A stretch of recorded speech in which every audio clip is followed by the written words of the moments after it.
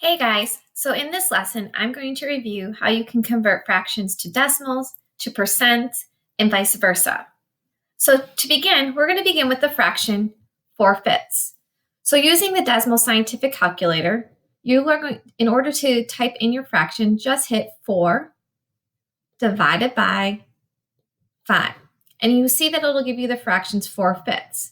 It instantly converts it to a decimal because 4 divided by 5, or division, is how we change any fraction to a decimal. Now, if I wanted to go back to that fraction, I could just hit this little circle button all the way to the right, and it would convert it back to a fraction. But right now, I'm going to leave it here because my goal was to get a decimal. Once I have gotten my decimal, I can now convert this decimal to a percent. So I'm going to create a new line, and I'm going to type in 0.8, and I'm going to multiply it by 100 because percents are always out of 100. And so you'll see that 0.8, or 4/5, as a percent is 80%. So that is how I can go from a fraction to a decimal to a percent. So if you begin with a fraction, you can get those two items, decimals and percents. But sometimes we're not starting with a fraction. Sometimes we're starting with a decimal. So for example, say we have 2/10. So if I wanted to write 2/10 as a fraction,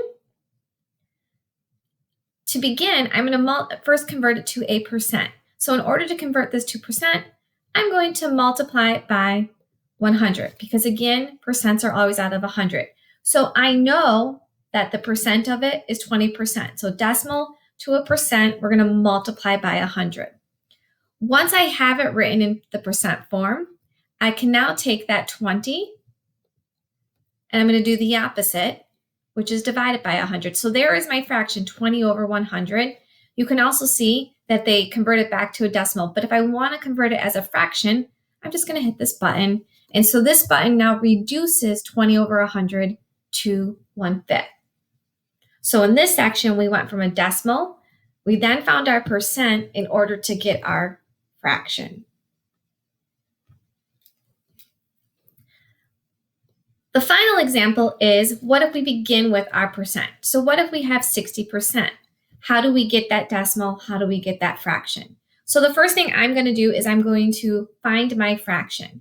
So in order to find my fraction, I always divide by 100 because, again, percents are out of 100.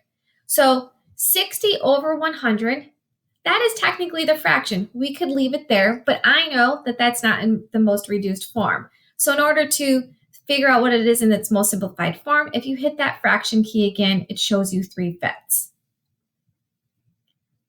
Now, we also, though, want to be able to turn 60% into a decimal. So if I click that button again, 60 divided by 100 is 0.6, and that's how we get our decimal.